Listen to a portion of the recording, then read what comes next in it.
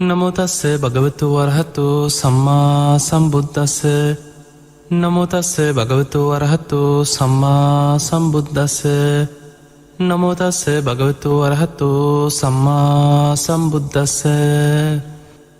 හැම දිනාටම තෙරුවන් සරණ ප්‍රාර්ථනා කරනවා. අදත් ඔබ හැම දෙනෙක්ම ඔබේ ජීවිතයට ඉතාම වැදගත් ධර්ම කාරණා කීපයක් ශ්‍රවණය කරන්න සූදානම් වෙන දවස. පින්තුනි, අනුස්සති භාවනාවන් අතර බුදුරජාණන් වහන්සේ වදාළ තමන් වහන්සේගේ ශ්‍රාවකයන්ට, භික්ෂු භික්ෂුණී උපාසක උපාසිකාවන්ට පරලොවෙන් රැකවරණයක් පිණිස දේවතානුස්සති භාවනාවක් පුරුදු කරන්න. සංයුත්ත නිකාය මහානාම සූත්‍රයේ සඳහන් වෙනවා, මහානාම කියන්නේ සෝවාන් ඵලයට පත්වෙච්ච ශ්‍රාවකෙක්. මේ සෝවාන් ඵලයට පත්වෙච්ච මහානාම ශ්‍රාවකයා පවා නිරන්තරයෙන් බුදුගුණ සිහි කර කර බුද්ධානුස්සතිය වඩනවා. ධර්මයේ ගුණ සිහි කර කර ධම්මානුස්සතිය වඩනවා. සංඝ ගුණ මෙනෙහි කර කර සංඝානුස්සතිය වඩනවා. මොකද සෝවාන් ඵලයට පත්වෙච්ච කෙනා තුනුරුවන් ගැන අවිච්ඡා ප්‍රසාදයෙන් යුක්තයි. ඒ නිසා ඔහු නිතරම තුනුරුවන් ගුණ සිහි කර කර තුනුරුවන් ගැන හිත පහදවාගෙන අනුස්සති භාවනා හැටියට බුද්ධානුස්සති, ධම්මානුස්සති, සංඝානුස්සතිය වඩනවා. ඒ වගේමයි සෝවාන් ඵලයට පත්වෙච්ච ශ්‍රාවකයා ආර්ය කාන්ත සීලයකින් යුක්තයි. ඒ නිසා තමන් පිහිටපු, තමන් සමාදන් වෙච්ච, තමන් ආරක්ෂා කරන මේ සීලේ ගුණ වශයෙන් සිහි කර කර සීලානුස්සති භාවනා වඩනවා. ඒ වගේමයි කර්මඵල විශ්වාස කරන මේ සෝවාන් ඵලයට පත්වෙච්ච ශ්‍රාවකයා දානයේ වටිනාකම, දානයේ ආනිසංස ගැන, අතහැරීම, ත්‍යාග සම්පත්තිය, දන් දීම ගැන හොඳ දැනුමක්, අවබෝධයක්, සම්මාදිට්ඨියක් ඇති කෙනෙක්. ඒ නිසා තමන් දන් දෙනවා වගේමයි තමා තුළ තියෙන අතහැරීම මෙනෙහි කර කර ත්‍යාගානුස්සතිය වඩන. ඒ විතරක් නෙමෙයි, බුදුරජාණන් වහන්සේ වදාළ සෝවාන් වෙච්ච පුද්ගලයා උපරිම ආත්ම 7ක් උපත කරා යන්න ඔහුගේ සංසාරික ගමනේ කෙලෙස් ප්‍රහාණය කරලා සම්පූර්ණ නිවන් දැකීම පිණිස ඔහුට උපරිම ආත්ම 7ක උපතක් ධර්මයේ පනවනවා. සමහර සෝවාන් වෙච්ච පුද්ගලයෝ ඉන්නවා ඒක බීජී. ඔහු ඒ ජීවිතයේ තුලම ඉතිරි මාර්ගඵල අවබෝධ කරගෙන නිවන් දකින අය ඉන්නවා. ඊළඟට ධර්මයේ සඳහන් වෙන කෝලංකෝල ආත්ම 2ක් 3ක් වගේ ඇතුළත ඉතිරි මාර්ගඵල අවබෝධ කරගෙන නිවන් දකින අය ඉන්නවා. ඊළඟට සෝවාන් වෙච්ච පුද්ගලයෝ ගැන සඳහන් වෙනවා සත්තක්කත්තු පරම. සමහරු ආත්ම 3 4 5 6 7 උපරිම 7යි. ආත්ම 7න් එහා නම් ඔහු උපදින්නේ නැහැ කියන. නතේ බවං අට්ඨමං ආදියන්ති. එතකොට මේ වගේ මේ සසර ගමනේ සෝවාන් වෙච්ච පුද්ගලයෝ තව ආත්ම කීපයක් හරි ඉතිරි මාර්ගඵල අවබෝධයේ පිණිස උපදිනවා. හැබැයි මේ උපදින ගමනේ තමන්ට සුදුසු සත්පුරුෂ ආශ්‍රයේ තියෙන, කල්යාණ මිත්‍ර සේවනයේ තියෙන, ධර්මයේ දියුණු කරන්න පුළුවන් හොඳ පරිසරයක් ඇති තැනක ඉපදීම මේ ධර්මයේ දියුණු කරන ශ්‍රාවකයාට විශාල රැකවරණය. ඒ පිණිස බුදුරජාණන් වහන්සේ වදාළ සද්ධාදී ගුණධර්ම දියුණු කරගත්ත ශ්‍රාවකයා තමන් කැමති සුගතියක්, කල්යාණ මිත්‍රයෝ ඉන්න, සත්පුරුෂයෝ ඉන්න, ධර්මයේ දියුණු කරන්න පුළුවන් මේ සුගතියක් අරමුණු කරගෙන භාවනාවක් වශයෙන් හිත වඩනවා. අන්න ඒක ධර්මයේ සඳහන් වෙනවා දේවතානුස්සති භාවනාව හැටියට. මේ දේවතානුස්සති භාවනාව වඩන්න නම් තමා තුල කරුණු 5ක් තියෙන්නට ඕන. ඒ තමයි සද්ධා, සීල, සුත, ත්‍යාග, ප්‍රඥා කියන මේ ගුණ. මේවට ධර්මයේ කියන්නේ සීක බල ධර්ම කියලා.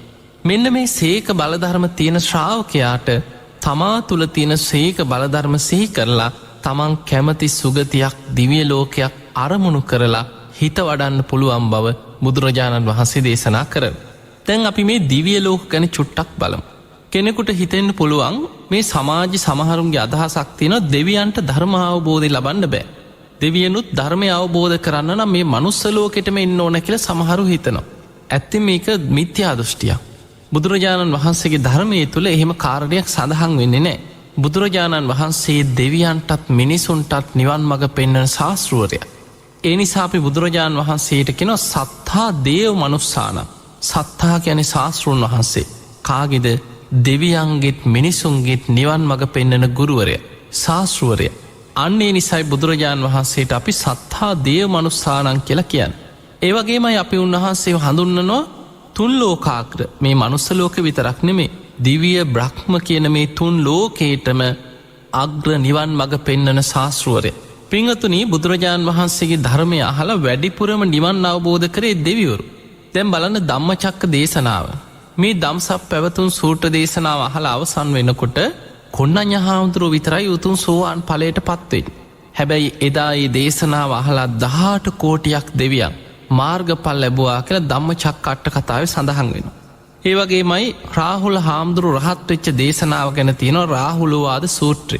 එදා බුදුරජාණන් වහන්සේ රාහුල හාමුදුරුවන්ව අන්ධ වනයේට එක්කරගෙන ගියා. රාහුල අපි අන්ධ වනයේට යමු තථාගතයන් වහන්සේ සමග වඩින්න කියලා. බුදුරජාණන් වහන්සේ ඉදිරියෙන් වැඩියා. පුංචි රාහුල හාමුදුරුව නිසීදනයත් අරගෙන බුදුරජාණන් වහන්සේගේ පසුපසින් වැඩම කරා. හැබැයි කවුරුත් දන්නේ මේ කොහෙටද යන්නේ මොකක්ද අද සිද්ධ වෙන්නේ මනුස්ස ලෝකේ කවුරුත් දැනගෙන හිටියේ නෑ. බුදුරජාණන් වහන්සේ පමණයි මේ කාරණේ දන්නේ. හැබැයි දෙවියන් දකිනවා.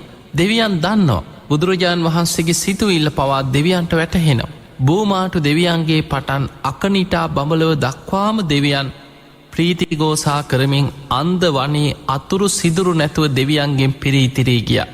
අපිත්‍යම් බණහන්න අන්න අද පුංචි රාහුල හාමුදුරුවෝ උතුම් වූ අරහත්වයට හික්මවනවා. අද ධර්මාවබෝධය ලබනවා. අපිත් ඒ ධර්මය අහන්න යන් කියලා දෙවිවරු අහසේ අතුරු සිදුරු නැතුව අන්ධ වනේ පිරීතිරී ගියා බණහන්. එදා බුදුරජාණන් වහන්සේ පුංචි රාහුල හාමුදුරුවෝ සමග මේ අන්ධ වනයේට වැඩම කරලා තථාගතයන් වහන්සේ පනවන ලද ආසනයක් මත වැඩ හිටියා.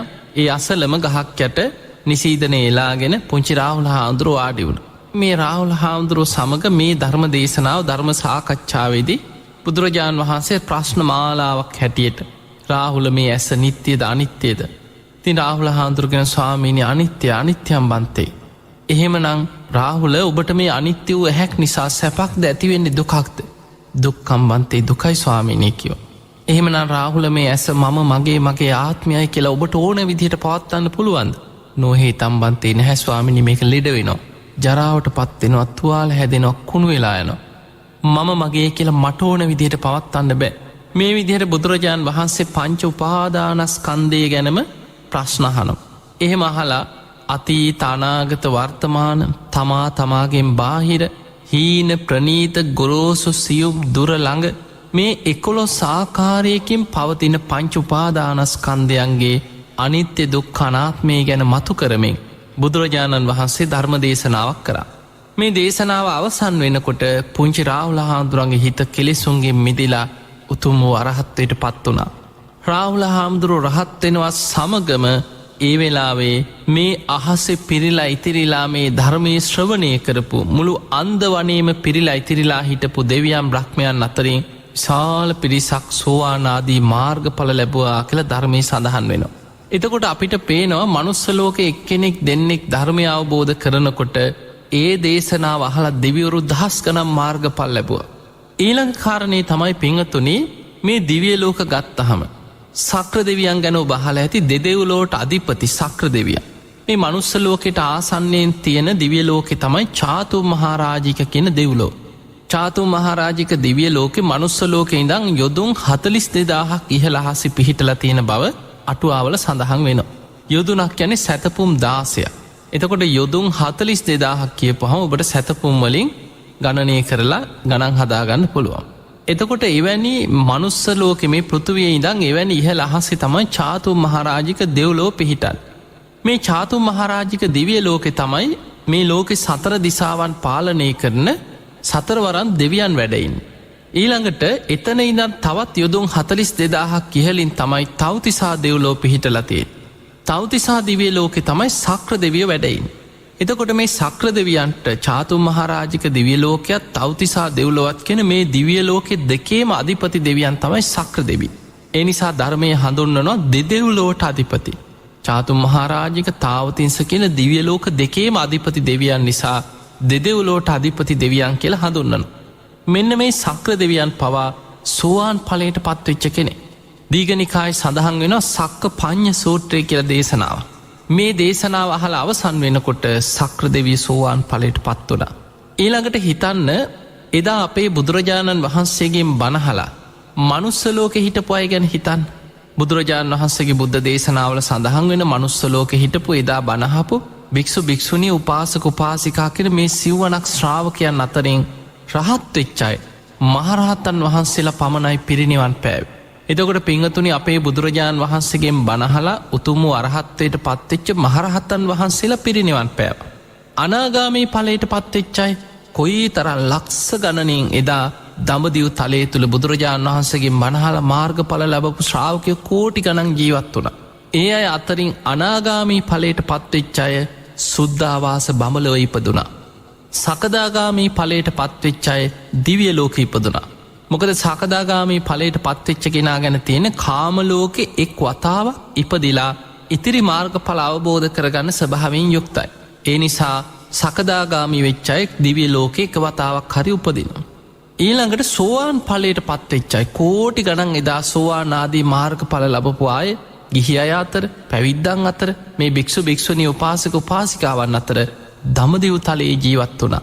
ඒ සියලු දෙනාම දිව්‍ය ලෝකෙ ඉපදුනා. උපරිමාත්ම 7ක් හරි සුගතිය ඉපදිලා නිවන් අවබෝධ කරන ස්වභාවයෙන් යුක්තයි. එහෙමනම් අපිට පේනවා දෙවියන් අතරින් මාර්ගඵල ලැබපු අය නොවේ. එදා මනුස්ස ලෝකෙම බුදුරජාණන් වහන්සේගෙන් බණහලා එදා දඹදිව් තලයේ ඉපදිලා ඉඳලා භික්ෂුවක් වේවා භික්ෂුණියක් වේවා උපාසකයෙක් වේවා උපාසිකාවක් වේවා මේ සිව්වනක් ශ්‍රාවකයෝ අතර හිටපු අයගෙනුත් රහතන් වහන්සේලා විතරයි පිරිනිවන් පෑවේ. අනිත් සෝවාන් සකදාගාමී අනාගාමී කියන මාර්ගඵල ලැබපු සියලු දෙනාම අදටත් දෙව්ලෝ බඹලෝ වැඩ ඉන්නවා. ඊළඟට දෙවියන් අතරින් මාර්ගඵල ලැබපු අය ඒ සියලු දෙනාම අදටත් දිව්‍ය ලෝකවල වැඩ ඉන්නවා. පින්වතුනි බුදුරජාණන් වහන්සේ මේ දිව්‍ය ලෝකවල ආයුෂ ගණනය කරලා අපට පෙන්නනවා. මනුස්ස ලෝකෙට ආසන්නම තියෙන චාතුම් මහරජික දිව්‍ය ලෝකයේ ආයුෂ ගණනය වෙන්නේ මේ මනුස්ස ලෝකයේ තුල අවුරුදු 50ක් චාතුම් මහරජික දිව්‍ය ලෝකේ එක දවසයි. එහෙමනම් ඔබට පේනවා බුදුරජාණන් වහන්සේ පිරිනිවන් පාලා චාතුම් මහරජික දිව්‍ය ලෝකේ දෙවියන්ට හරියට දවස් 51ක් වගේ දැනෙන්නේ. මනුස්ස ලෝකයේ අවුරුදු 50ක් එක දවසයි. ඊළඟට තව්තිසාවැසි දෙවියන්ට මනුස්ස ලෝකයේ අවුරුදු 100ක් එක දවසයි. එතකොට සක්‍ර දෙවියෝ වැඩ ඉන්න මේ තව්තිසා දිව්‍ය ලෝකේ දෙවිවරුන්ට අපේ බුදුරජාණන් වහන්සේ පිරිනිවන් පාලා හරියට දවස් 25ක් 26ක් වගේ දැනෙන්නේ. එතනින් එහාට යනකොට යාම දිව්‍ය ලෝකේ දෙවිවරුන්ට මනුස්ස ලෝකයේ අවුරුදු 200ක් එක දවසයි. ඒ අයට බුදුරජාණන් වහන්සේ පිරිනිවන් පාලා දවස් 13ක් වගේ.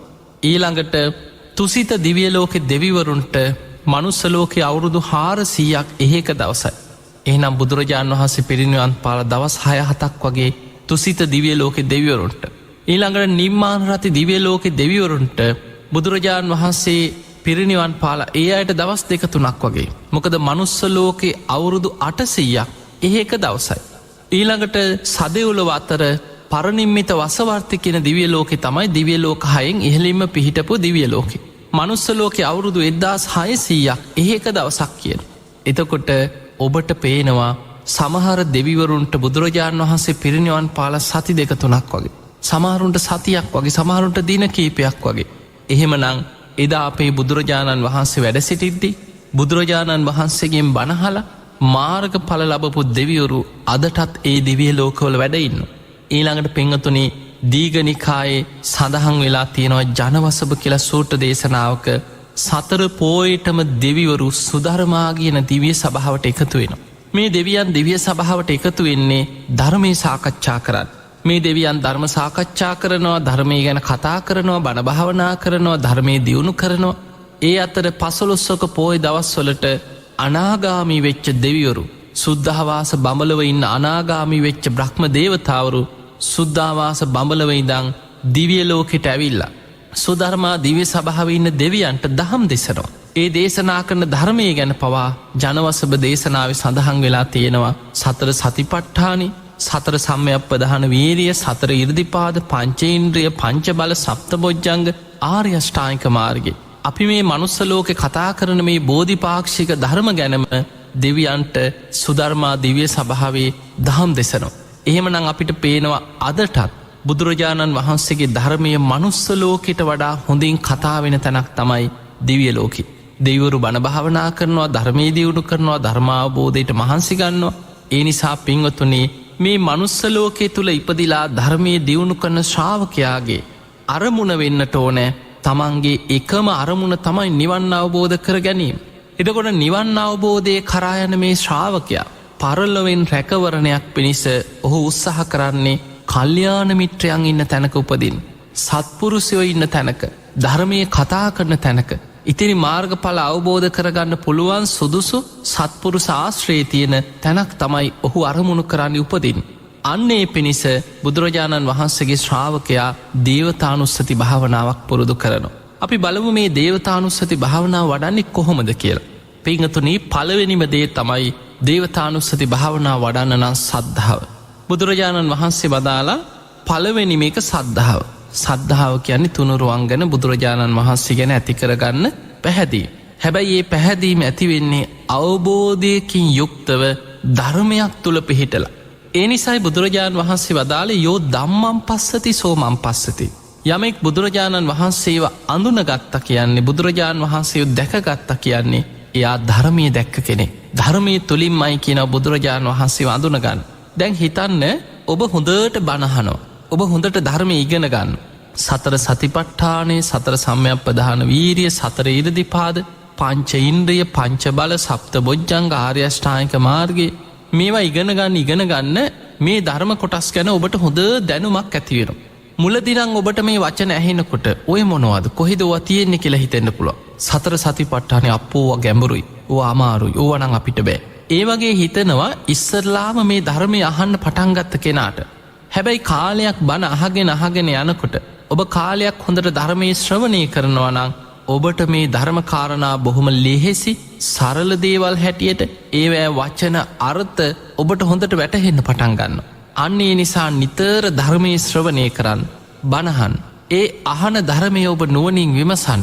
දහම් පොත්පත් හොයාගෙන කියවන්, ධර්මයේ නුවණින් විමසන්න. මේ ධර්මයේ යෝනිසෝ මනසිකාරයේ දෙමින් මනසිකාර කරමින් තමන්ගේ ජීවිතයට ගලපලා බලන්න.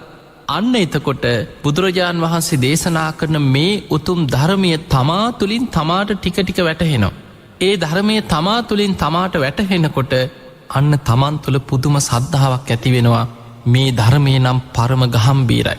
කොයි තරම් ගැඹුරු ගහම්බීර ධර්මයක්ද මේ, මොන තරම් මුලැමැදාග ගැලපෙන ධර්මයක්ද මේ ධර්මය නම් ඒකාන්තෙම ස්වාක්කාතයි. මේ ධර්මයේ සන්දිට්ටිකයි, අකාලිකයි.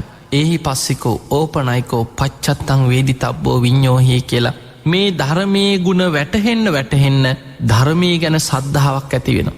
ඒ වගේමයි ඒ ධර්මයේ දේශනා කරපු බුදුරජාණන් වහන්සේ ගැන මෙවැනි පරම ගාම්භීර ධර්මයක් නම් මේ ලෝකේ කාටවත්, ශ්‍රමණයෙකුටවත්, බ්‍රහ්මයෙකුටවත්, දෙවියෙකුටවත්, මාරයෙකුටවත් වෙන කාටවත් දේශනා කරන්න බෑ. ඒකාන්තයෙන්ම බුදු කෙනෙක්මයි මෙවැනි දේශනාවක් කරන්නේ.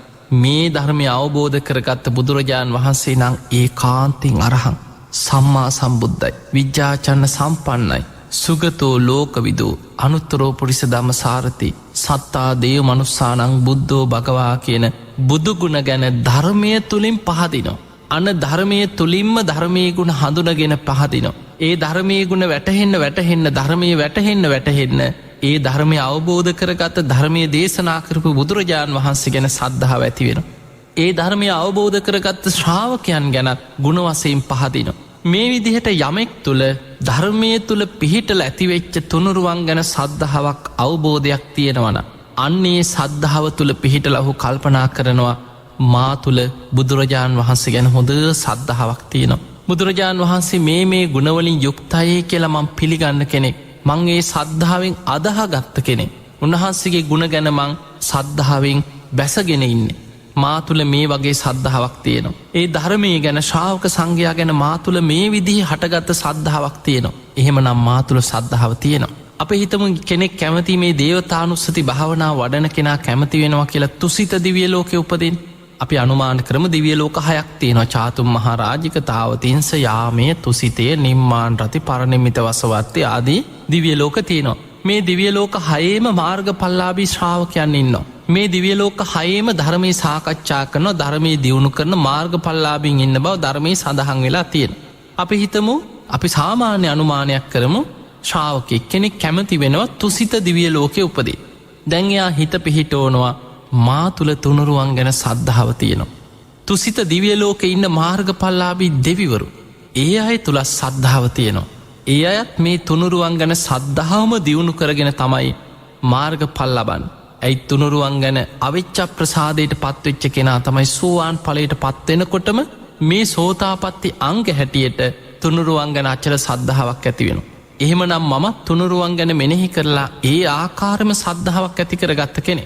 එතකොට ඒ විදිහට තමා තුළත් දෙවියන් තුළත් තියෙන ගුණධර්ම සමාන වසයෙන් වඩනෝ. ඒ සමාන වෙන්නේ සද්ධාවෙන්. එහෙනම් මා තුළත් සද්ධාව තියෙනවා, තුසිත දිවිය ලෝක ඉන්න දෙවියන් තුළත් සද්ධාව තියෙනවා.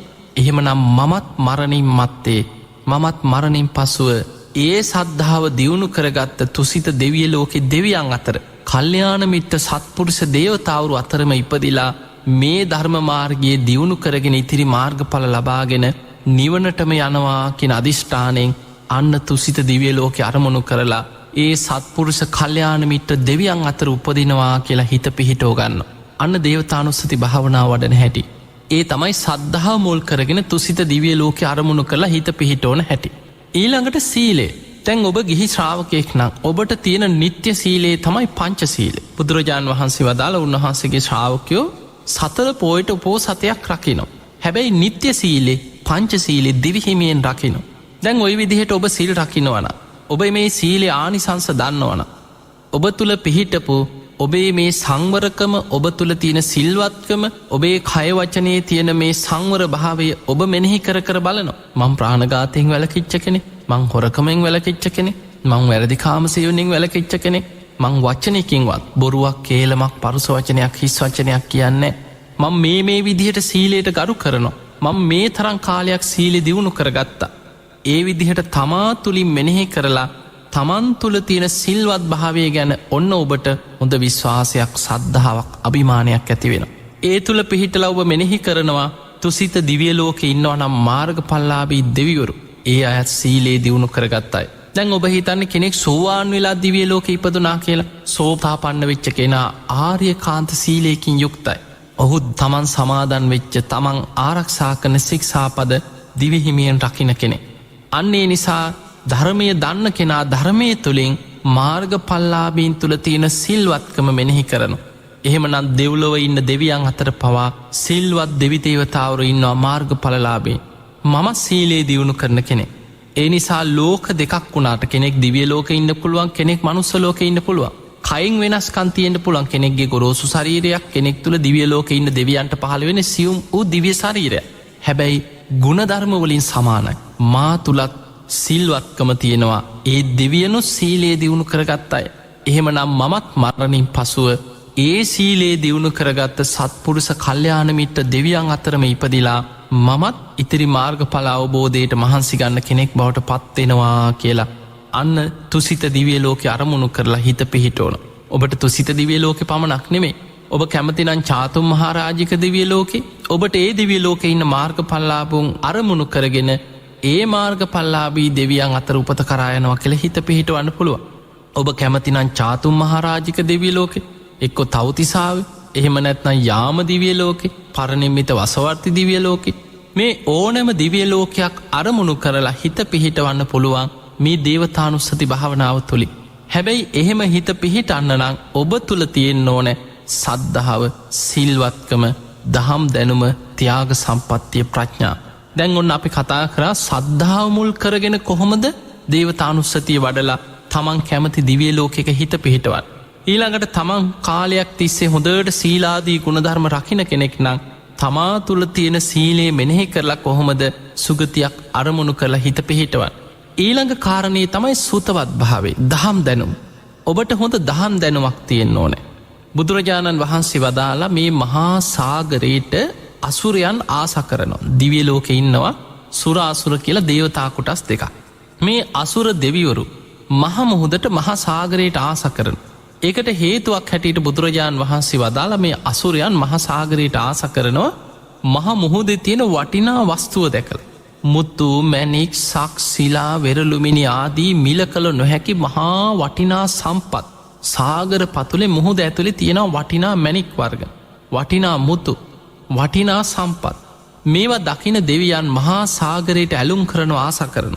බුදුරජාණන් වහන්සේ වදාළ මගේ ශ්‍රාවකයොත් මේ බුද්ධ ශාසනයට ආස කරන්නේ බුද්ධ ශාසනයේ තියෙන වටිනාම මාණික්‍ය රත්න 37ක් තියෙනවා. මේ තමයි බුද්ධ ශාසනයේ තියෙන මහානීය වස්තු, වටිනා දේවල්. අන්නේවැ වටිනාකම හඳුනගෙන තමයි මගේ ශ්‍රාවකයෝ බුද්ධ ශාසනයට ආස කරන්නේ. බුදුරජාණන් වහන්සේ වදාළ මේ ශාසනය තුළ තින වටිනා දේවල් තමයි සතර සතිපට්ඨාන, සතර සම්‍යක්ප්‍රධාන වීරිය, සතර ඉර්ධිපාද, පංච ඉන්ද්‍රිය, පංච බල, සප්ත බොජ්ජංග, ආර්ය අෂ්ටාංගික මාර්ගය. මේ බෝධිපාක්ෂික ධර්ම කියන්නේ නිවන් අවබෝධයට උපකාර වෙන ධර්ම 37. මේ බුද්ධ ශාසනය තුළ තියෙන වටිනාම සම්පත්, බුද්ධ ශාසනයේ තියෙන වටිනාම මාණික්‍ය රත්න 37ක් හැටියට බුදුරජාණන් වහන්සේ වදාළ. එතකොට මෙන්න මේ බුද්ධ ශාසනයේ තියෙන වටිනා වස්තු, ඒවැ වටිනාකම හඳුනගන්න නම් ඔබ හොඳ දහම් දැනුමක් ඇති කෙනෙක් වෙන්නට ඕනේ. සුතවත් භාවය. ඔබ නිතර බණ අහන්න පුරුදු වෙන්න. බණ පොත්පත් කියවන්න.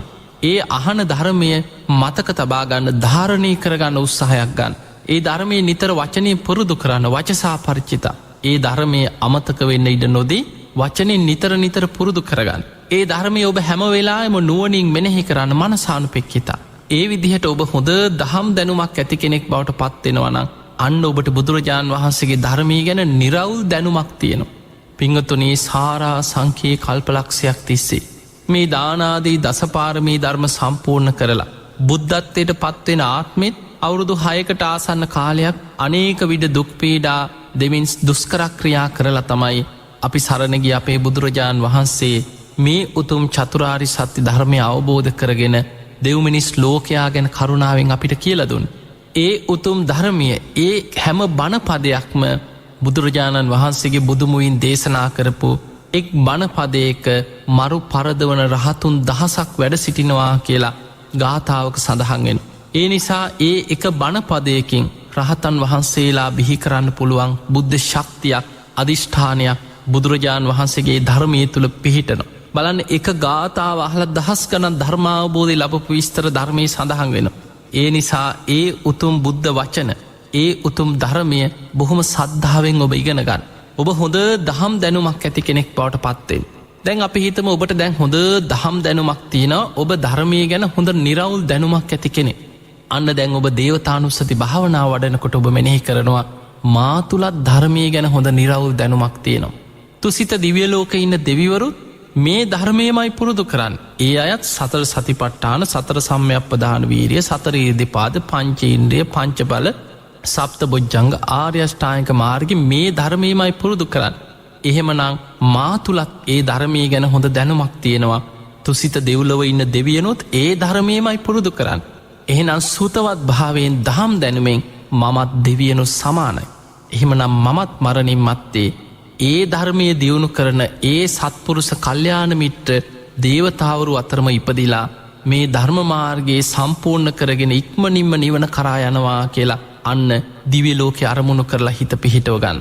එතකොට ඔය විදිහට හැම වෙලාවෙම, හැම මොහොතකම භාවනා කරලා අවසන් වෙලත් ඔබට ඔබ තුල තියෙන ගුණධර්ම මෙනෙහි කරලා සුගතියක් අරමුණු කරලා හිත වඩන්න පුළුවන්. ඔබ නිදා ගන්න ගියත්, ඔබ ඉඳගෙන හිටියත්, ඔබ හැම ඉරියව්වකම ඔබට ඔබ තුල තියෙන මේ ගුණධර්ම ආවර්ජනය කර මෙනෙහි කර සුගතියේ හිත පිහිටවන්න පුළුවන්. ඊළඟ කාරණේ තමයි ත්‍යාග සම්පත්තිය.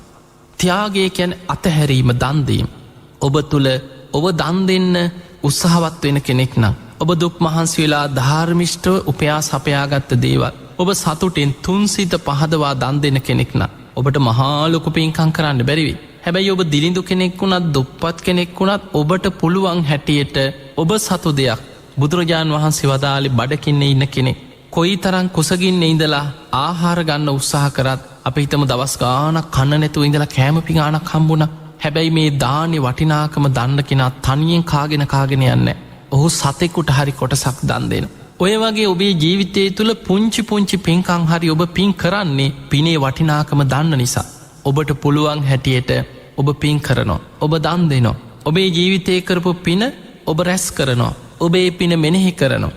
ඒ විදිහට ඔබ පින සිහි කරනකොට ඔබට තේරෙනවා මේ කාමයන් ගැන මම අවබෝධයකින් යුක්තව මේ කාමයන්ගේ ආදීනව සිහි කරලා මං ගොඩ ගහගන්නේ නැතුව, රැස් කරගන්නේ නැතුව මේවේ ආදීනව මෙනෙහි කරන කෙනෙක්, මම අතහැරීම පුරුදු කරන කෙනෙක්, මම දන් දෙන කෙනෙක්, මං දුක් මහන්සි වෙලා හම්බ කරගත්ත දේවල් මේ විදිහට දන් දීලා තියෙනවා, මම මේ වගේ පින් කරගත්තා, මේ වගේ පින් කරගත්තා කියලා ඔබ තුල තියෙන අතහැරීම, ත්‍යාග සම්පත්තිය ඔබ සිහි කරන්න ඕනේ. එහෙම සිහි කරලා හිතනවා තුසිත දිව්‍ය ලෝකේ ඉන්න දේවතාවරු ඒ දෙවියනුත් දෙව්ලොව ඉපදිලා තියෙන්නේ දම්පින්කං කරලා ඒ පින බලවත් කරගෙන. දැන් බලන්න විමානවත්වයේ සඳහන් වෙනවා මුගලන් මහරහතන් වහන්සේ දිව්‍ය ලෝකෙට වැඩම කළ දෙවියන්ගෙන් අහනවා පින්වත් දෙවිය මේ තරම් සැප සම්පත් විඳින්නේ මොන වගේ පින් කරලාද? පින්වත් දෙව්දු ඔබ මේ තරම් දිව්‍ය විමාන දිව්‍ය ආසන දිව්‍ය සලුපිලි මේ තරම් දෙවි දේවතාවරු පිරිවරාගෙන මෙච්චර සැපයක් විඳින්නේ ඔබ මොන වගේ පින් කරගත්ත කෙනෙක්ද? ඒ අය කියනවා අනේ ස්වාමීනි අපි මනුස්ස ලෝකෙ හිටියේ අපි මේ වගේ පින් කරගත්තා අපි මේ වගේ දන් දීලා තියෙනවා. හැබැයි සමහරු කියන මම බත් හැන්දක් දන් දුන්නේ මම පිට්ටු කෑල්ලක් පූජා කරේ. හැබැයි මං ඒ කරපු පින හැම වෙලේම සිහි කරලා හිත පහදවා ගත්තා. මම මැරෙන කොටත් මට ඒ පින සිහි වුණා කියලා. එතකොට ඔය වගේ කෙනෙකුට පුළුවන් නම් ඒ විදිහට තමන් කරපු පින සිහි කරන්න. අන්‍යයා මෙනෙහි කරනවා. එහෙමනම් මා තුලත් ත්‍යාග සම්පත්‍ය අතහැරීම තියෙනවා. තුසිත දිව්‍ය ලෝකේ ඉන්න දෙවියනුත් ඒ වගේම අතහැරීම ත්‍යාගයේ දියුණු කරලා තමයි සුගතිය ඉපදුනේ. එහෙමනම් මමත් මරණින් මත්තේ ඒ වගේම අතහැරීම පුරුදු කරගත්ත ත්‍යාග සම්පත්තිය දියුණු කරපු මාර්ගඵලලාභී දෙවියන් අතරම උපදිනවා. එවැනි සත්පුරුෂ කල්යාණ මිත්‍ර ධර්මයේ දියුණු කරපු දෙවියන් අතර ඉපදිලා මමත් මේ ධර්ම මාර්ගයේ සම්පූර්ණ කරගන්නවා කියලා අන්න තමන් කැමති සුගතියක් අරමුණු කරලා හිත පිහිටවනු. දැන් අපි කතා කරා කරුණු කීපයක්. තමා තුළ තියෙන සද්ධාව ගැන මෙනෙහි කරලා දිව්‍ය ලෝකයක හිත පිහිටවන්න පුළුවන්. තමා තුළ තියෙන සිල්වත්කම මෙනෙහි කරලා සුගතියක හිත පිහිටවනු. තමා තුළ තියෙන දහම් දැනුව සුතවත් භාවයේ සිහි කරලා දිව්‍ය ලෝකයේ අරමුණු කරන. ඊළඟට තමා තුළ තියෙන ත්‍යාග සම්පත්තිය මෙනෙහි කරලා දිව්‍ය ලෝකයක් අරමුණු කරන. සද්ධා සීල සුත්ත ත්‍යාග පස්වෙනි එක තමයි ප්‍රඥාව. ඔබ මේ පංච උපාදානස්කන්ධය ගැන ආයතන 6 ගැන ඔබ හැම වෙලාවෙම අනිත්‍ය වශයෙන් මෙනෙහි කරන කෙනෙක් නම් බුදුරජාණන් වහන්සේ දේශනා කරපු ආකාරයට චතුරාර්ය සත්‍ය අවබෝධ කරගන්න මහන්සි ගන්න කෙනා මේ පංච උපාදානස්කන්ධය අනිත්‍යයි දුකයි අනාත්මයි කියලා මෙනෙහි කරනවා. මේ පංච උපාදානස්කන්ධය තමා තුළ තිබුණත් තමාගෙන් බාහිර තිබුණත් හීනව පැවතුනත් ගොරෝසු ශරීරයක් තුළ පැවතුනත් දුර තිබුණත් ළඟ තිබුණත් අතීත අනාගත වර්තමාන වශයෙන් ගත්තත් මේ පංච උපාදානස්කන්ධය අනිත්‍යයි කියලා හොඳට ධර්මාවබෝධයක් අරමුණු කරගෙන වඩන කෙනෙක් නම් මේ ආයතන ගැන පංච උපාදානස්කන්ධය ගැන හොඳට නුවණ ඒකට කියන ප්‍රඥාව ඔබ තුල වැඩෙනවා. ඒ විදර්ශනා නුවණ ඔබ තුල තියෙනවා නම් ඔබ විදර්ශනා ඥානෙ වඩන කෙනෙක් නම් අන්න ඔබට පුළුවන් මෙනෙහි කරන්න මේ විදිහටම ප්‍රඥාව දියුණු කරලා මාර්ගඵල ලැබපු දෙවිවරු දිව්‍ය ලෝකවල වැඩ ඉන්නවා. තුසිත දිව්‍ය ලෝකේ වැඩ ඉන්නවා නම් මාර්ගඵලලාභී දෙවිවරු ඒ අයත් මේ වගේම පංච උපාදානස්කන්ධේ පටිච්ච සම්පාදේ මේ අනිත්‍ය දුක්ඛ අනාත්ම ත්‍රිලක්ෂණයේ වඩලයි මාර්ගඵල ලැබුයි. එහෙමනම් මමත් ඒ උතුම් මාර්ගඵලලාභී කල්යාණ මිත්‍ර සත්පුරුෂ දෙවි දේවතාවරු අතරම ඉපදිලා මමත් මේ ධර්ම මාර්ගයේ සම්පූර්ණ කරගන්නවා කියලා හිත පිහිටෝන. ඔන්න ඔය විදිහට බුදුරජාන් වහන්සේගේ ශ්‍රාවකයන්ට පුළුවන් තමා තුළ තියෙන සද්ධා සීල සුත ත්‍යාග ප්‍රඥා මෙනෙහි කරලා ඒ කරුණුම දියුණු කරගත්ත දෙවිවරු අරමුණු කරගෙන සුගතියක හිත පිහිටවන්. අන්න ඒක භාවනාවක් වශයෙන් වඩන ක්‍රමයක්. ඒ භාවනාව තමයි ධර්මයේ උගන්වන්නේ දේවතානුස්සති භාවනාව කියලා. පිංගතුනි දේවතානුස්සති භාවනාව වඩනකොට තමා තුළ සද්ධා සීල සුත ත්‍යාග ප්‍රඥා ඇති කරගෙනමයි මේ භාවනාව වඩන්න තියෙන්නේ. එහෙම නැතුව මම නම් දිව්‍ය ලෝකේ මම නම් දිව්‍ය ලෝකේ කිය කොච්චර මෙනෙහි කරත් වැඩක් නැහැ. ඔබ තුල සද්ධාව නැත්නම් ඔබ සිල්වත් කෙනෙක් නොවේ නම් ඔබ තුල හොඳ දහම් දැනුමක් නැත්නම් ඔබ අතහැරීම ත්‍යාග සම්පත්තිය පුරුදු කරලා නැත්නම් ඔබ ප්‍රඥාව වඩන කෙනෙක් නොවේ නම් දැන් බලන්න බුදුරජාණන් වහන්සේ පෙන්වන්නේ දැන් කෙනෙකුට හිතෙන්න පුළුවන් මේ දිව්‍ය ලෝක කියන්නේ සැපනේ. සැප තමයි. හැබැයි බුදුරජාණන් වහන්සේගේ ශ්‍රාවකයන් දිව්‍ය ලෝකයක් අරමුණු කරන්නේ සැප විඳින්න අදහසෙන් නෙමෙයි. ඔහු මේ දිව්‍ය ලෝකේ පවා ආදීනව මෙනෙහි කරන කෙනෙක්. ඔහු දන්නවා පංච උපාදානස්කන්ධේ දිව්‍ය ලෝකේ පහළ වුණත් ඒක අනිත්‍යයි. මනුස්ස ලෝකේ හිටියත් සැප සම්පත් විඳගෙන ඒ කයත් සතර මහා ධාතුන්ගෙන් හටගත් දෙයක්. එයත් අනිත්‍යයි. හීන ස්වභාවයෙන් ප්‍රනීත ස්වභාවයෙන් තිබ්බත් අනිත්‍යයි. එතකොට මේ දිව්‍ය වේවා බ්‍රහ්ම වේවා මනුස්ස වේවා මේ කාමයන්ගේ ආදීනව මෙනෙහි කරගෙන සද්ධා සීල සුත ත්‍යාග ප්‍රඥා වඩමින් අනිත්‍ය මෙනෙහි කරන්නේ ඔහු ධර්මාවබෝධයක් අරමුණු කරගෙන ධර්මයේ වඩන කෙනෙක්. එහෙම කෙනෙක් සුගතියක් අරමුණු කරන්නේ දිව්‍ය සැපවලට ආසාවෙ නෙමෙයි. ඔහු අරමුණු කරන්නේ මට දිව්‍ය විමානයක් පහළ වේවා, මට මේ තරම් දෙවි දේවතාවරු එක්ක සැප විඳින්න ලැබේවා, මට මේ වගේ දිව්‍ය භෝජන දිව්‍ය සලුපිලි මට මේ වගේ සැප ලැබේවා. එහෙම අදහසක් නෙමෙයි ඔහු තුල තියෙන්නේ. ඔහු තුල තියෙන්නේ එකම චේතනාවයි තමා තුළ තියෙන සද්ධහා සීල සුත ත්‍යාග ප්‍රඥා. දැන් අපි මනුස්ස ලෝකෙ මේවා වඩන්නේ ධර්මාවබෝධය පිණිස. කෙනෙක් මනුස්ස ලෝකෙ සද්දා සීල සුත ත්‍යාග ප්‍රඥා වඩනකොට ඒවා තමන්ට ඉහලට වැඩුණොත් මනුස්ස ලෝකෙදිම මාර්ගඵල ලැබෙනවා. මේ සද්දා සීල සුත ත්‍යාග ප්‍රඥා යම් මට්ටමකින් හොඳට තමා තුළ ස්ථාවරව පිහිටියනම් ඔහු සෝවාන් වෙනවා. තවදුරටත් දියුණු වුණා නම් සකදාගාමී වෙනවා. තවදුරටත් සද්දා සීල සුත ත්‍යාග ප්‍රඥා දියුණු වෙලා නම් ඔහු අනාගාමී වෙනවා. තවදුරටත් දියුණු කරලා පරිපූර්ණ කරගත්ත කෙනා රහත් වෙනවා. එතකොට මනුස්ස ලෝකෙදිම සද්ධාදී ගුණධර්ම දියුණු වෙලා නම් ඔහු මාර්ගඵලවලට යනවා. හැබැයි මාර්ගඵල අවබෝධය පිණිස මනුස්ස ලෝකෙදි සද්ධාදී ගුණධර්ම දියුණු කරගත්ත කෙනාට ඔහුට පුළුවන් හදිස්සිය හරි ඔහු ධර්මාවබෝධයකට පෙර මැරෙන්න පුළුවන්. ඔහුට මනුස්ස ලෝකෙදී කාලේ මදි වෙන්න පුළුවන්. ඔහු ධර්මයේ පුරුදු කරගෙන වඩාගෙන යනකොට ඊට පෙර මරණය ඉස්සර වෙන්න පුළුවන්. එහෙම වෙලාවක බැරි වෙලා හරි අකුසලයක් බලවත් වෙලා අපායකට වැටුණොත් එක්ක ආයිමත් මනුස්ස ලෝකෙක මොනවා හෝ ධර්මයේ පුරුදු කරපු පිනක් නිසා අපි හිතමු ආයි මනුස්ස ලෝකෙ ඉපදුණා. හැබැයි මනුස්ස ලෝකෙ උපදිනකොට කල්යාණ මිත්‍ර සේවනයේ නැති ලෝකයක් න. මනුස්ස ලෝකෙ ධර්මයේ පිරිහිලාන සත්පුරුෂ ආශ්‍රය අපිට ලැබෙන තරම් පරිසරයක් නැත්නම් අපි අර ඇති කරගත්ත පෙර ජීවිතවල වඩපු ගුණධර්ම ඉහළට දියුණු කරගන්න පරිසරයක් අපිට නැතිවෙන්. ඒ නිසා බුදුරජාණන් වහන්සේගේ ශ්‍රාවකය හැම වෙලේම උත්සාහ කරන්නේ සත්පුරුෂ කල්යාණ මිත්‍රයන් ඉන්න සුගතියක්. ධර්මයේ දියුණු කරගන්න පුළුවන් කල්යාණ මිත්‍ර සේවනය. බුදුරජාණන් වහන්සේ වදාළ මේ මුළු බුද්ධ ශාසනයම පවතින්නේ කල්යාණ මිත්‍රයන් මත. ඒ නිසා තමයි මාර්ගඵලලාභී දෙවි දේවතාවරු ඉන්න. ධර්මයේ දියුණු කරන්න පුළුවන් සත්පුරුෂ කල්යාණ මිත්‍ර දෙවියන් ඉන්න සුගතියක් අරමුණු කරන්න. අන්නේ නිසා බුදුරජාණන් වහන්සේ පෙන්නන උන්වහන්සේගේ ශ්‍රාවකයන් මාර්ගඵල අවබෝධය කරා නිවන කරා යන කෙනා ධර්මාවබෝධයට සුදුසු පරිසරයක් අරමුණු කරගෙන දේවතානුස්සති භාවනාවක් වඩන. දේවතානුස්සති භාවනාව පුරුදු කරන කෙනෙක් බවට පත්වෙනවා. එනිසා පින්වතුනි ඔබ ඔබේ ජීවිතය තුළ බුදුරජාණන් වහන්සේගේ ධර්මය තුළ අවංකව ධර්මාවබෝධය කරා යන්න උත්සාහ කරන ශ්‍රාවකයෙක් නම් ඔන්න ඔබ නිරන්තරයෙන් පුරුදු කරගත යුතු.